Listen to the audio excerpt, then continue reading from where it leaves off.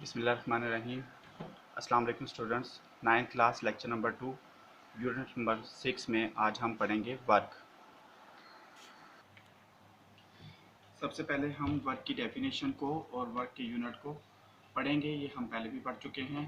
इसकी डेफिनेशन आपके सामने है, पेज नंबर 120।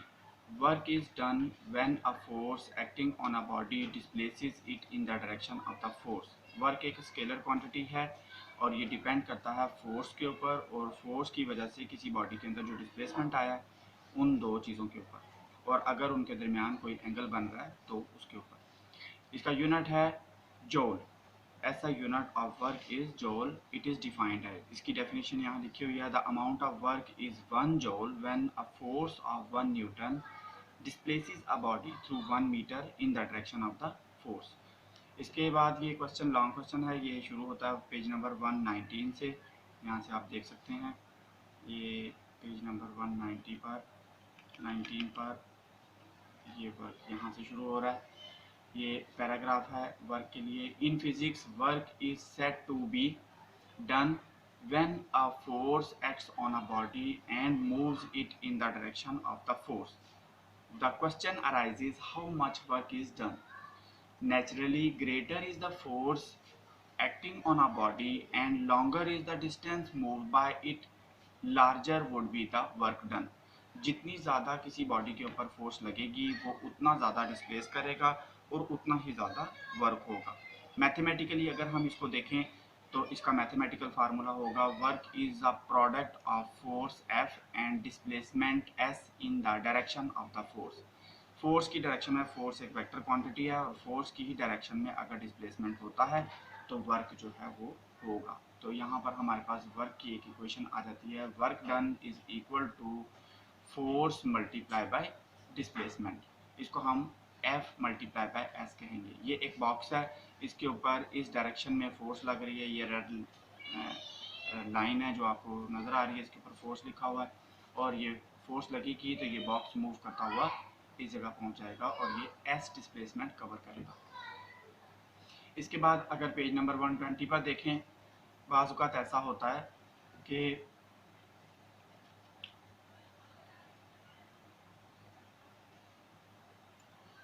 फोर्स और डिस्प्लेसमेंट एक ही डायरेक्शन में नहीं लगती।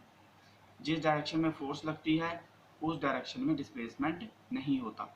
अब इस फिगर में आप देख सकते हैं कि ये आपको मैं बड़ा करके दिखा रहा हूँ कि इस ये बॉक्स के ऊपर एक फोर्स लगाई जा रही है और ये फोर्स की डायरेक्शन ये है, एक एंगल बना रही है। इस डायरेक्शन, जिस डायरेक्शन में डिस्प्लेसमेंट हो रही है उस सरफेस के साथ एक एंगल बना रही है फोर्स, जो कि थीटा है। इसको हम थीटा से रिप्रेजेंट करते हैं।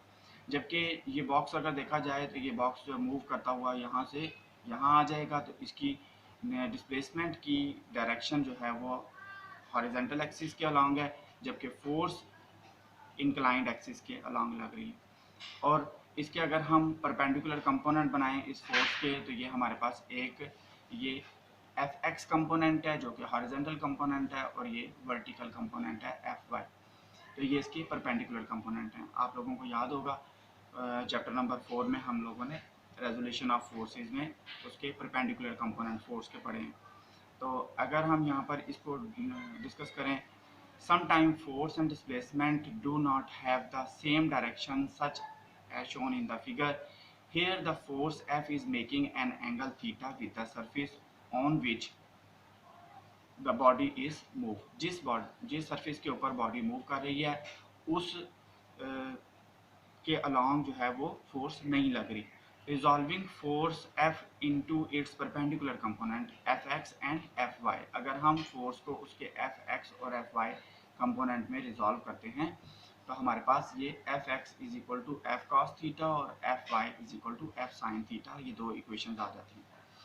अगर हम देखें कि फोर्स जो डिस्प्लेसमेंट हो रही है वो किस कंपोनेंट के अलॉन्ग हो रही है, एफ एक्स के अलॉन्ग हो रही है या एफ वाई के अलॉन्ग हो रही है, तो हम देखेंगे कि जो ये बॉक्स है ये डिस्प्लेस कर रहा है एफ एक्स के अलॉन्ग। तो लिहाजा यहाँ पर जो एफ वाई कंपोनेंट है ये यूज़ नहीं हो रहा, तो हम फोर्स की बजाय फोर्स का एक्स कंपोनेंट यूज़ करेंगे और डिस्प्लेसमेंट को यूज़ करेंगे। तो हमारे पास ये वैल्यू हो जाएगी W is equal to FX multiply by S। इसमें पैराग्राफ में आपको बताया है कि Y कंपोनेंट यूज़ नहीं हो रहा और X कंपोनेंट यूज़ हो रहा है, तो हम यहाँ पर इसको ये यूज़ करेंगे। एफ एक्स की value F cos theta put करेंगे और ये एस से मल्टीप्लाई करेंगे, जो कि हमारे पास फाइनल इक्वेशन आ जाएगी एफ एस कॉस थीटा। ये डेफिनेशन हम पहले पढ़ चुके हैं, यूनिट ऑफ वर्क भी। तो ये हमारा लॉन्ग क्वेश्चन कंप्लीट हुआ इसके साथ ही। पेज नंबर 121 पर एक एग्जांपल है 6.1। इस स्टेटमेंट को आप गौर से पढ़ें और डाटा बनाएं। A girl carry a 10 kg bag upstairs to a height of 18 steps each 20 centimeter high. Calculate the amount of work she has done to carry the bag. इस स्टेटमेंट का मतलब है एक लड़की जो कि 10 kg का बैग, उसका जो मैथ है उसने जो कैरी किया हुआ है वो 10 kg है और ऊपर सीढ़ियों पर लेकर जा रही है, जो कि 18 स्टेप्स हैं, उन सीढ़ियों के 18 स्टेप्स हैं और हर स्टेप की जो हाइट है वो 20 सेंटीमीटर है। Calculate the amount of work, उसने जो काम किया है वो बैग को ऊपर ले जाने में, उसको कैलकुलेट करें। सबसे पहले हम इसका डाटा बनाएंगे। जैसा कि लड़की ने जो बैग उठाया उसका मैथ है, उसको हम m से रिप्रेजेंट करेंगे। m is equal to 10 kg, जो बैग का मैथ है वो 10 kg है। उसके बाद स्टेप्स, नंबर ऑफ स्टेप्स, जो सीढ़ियों के स्टेप्स हैं वो 18 हैं। उसके बाद हाइट ऑफ ईच स्टेप वो हैं 20 सेंटीमीटर। अगर हम इसको कन्वर्ट कर लें मीटर में तो ये हमारे पास 0.2 मीटर हो जाएगा। अगर हम देखें कि इस बैग का जो वेट है वो क्या है, तो वेट हमारे पास आ जाता है जो कि फोर्स के भी इक्वल होता है। जो फोर्स वो लगा रही थी लड़की ऊपर सीढ़ियों पर चढ़ने के लिए, ये सीढ़ियां हैं, इस सीढ़ियों पर ये नंबर ऑफ स्टेप्स हैं, ये समझ लें आप 18 हैं और यहाँ हर जो सीढ़ी की जो हाइट है वो 20 सेंटीमीटर है। ये हाइट जो है वो 20 सेंटीमीटर है, ये नंबर ऑफ स्टेप्स इतने। तो इसके ऊपर जो फोर्स उसने लगाई इसको उठाने के लिए, इस हाइट तक ले जाने के लिए, इस हाइट तक ले जाने के लिए इसने जो फोर्स लगाई है वो उसके वेट के इक्वल है। तो अगर हम यहाँ इसका वेट फाइंड आउट करते हैं तो weight is equal to mg होता है। आप देख सकते हैं कि यहाँ पर उसका जो वेट होगा वो 10 मैस है ये, और g ग्रेविटेशनल एक्सेलरेशन की वैल्यू आपके पास 10 है। 100 न्यूटन की उसको फोर्स लगानी पड़ेगी। अब हम हाइट फाइंड कर लेते हैं कि नंबर ऑफ स्टेप्स 18 हैं और हर स्टेप की जो हाइट है वो 0.2 मीटर है। तो यहाँ हमारे पास हाइट आ जाती है, टोटल हाइट जो उसने वर्क किया, height is equal to number of steps multiply by height of each step. Number of steps हैं 18 और हाइट ऑफ ईच स्टेप है 0.2 मीटर। ये हमारे पास 18 2 36, तो 3.6 मीटर उसने हाइट जो है वो कवर की है, अप स्टेयर्स गई है वो। तो अब यहाँ वर्क का फार्मूला हम लगाएंगे। वर्क जैसा कि अभी आपने इस लॉन्ग क्वेश्चन में पढ़ा है कि work is equal to force multiply by displacement. क्योंकि यहाँ डिस्प्लेसमेंट जो है वो वर्टिकल डिस्प्लेसमेंट है यानी हाइट है, तो हम यहाँ एस को एच से रिप्लेस कर देते हैं और एफ जो है वो हमारे पास फोर्स उसने लगाई है वो उसके वेट के इक्वल है, वो 100 न्यूटन है, मल्टीप्लाई बाय हाइट जो है वो हमारे पास अभी हमने फाइंड किया, कैलकुलेट किया 3.6 मीटर। तो ये आ जाता है,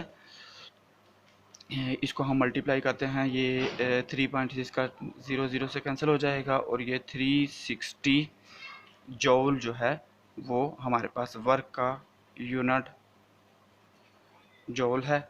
और ये एक आपका क्वेश्चन न्यूमेरिकल जो है जिसको हम कह सकते हैं ये सॉल्व हो गया है। उम्मीद करता हूँ आपको समझ आ गई होगी लॉन्ग क्वेश्चन की भी और इस न्यूमेरिकल की भी। आप इसकी प्रैक्टिस भी करेंगे और इसको अपने नोट्स में भी शामिल करेंगे। Thank you. अल्लाह हाफिज़।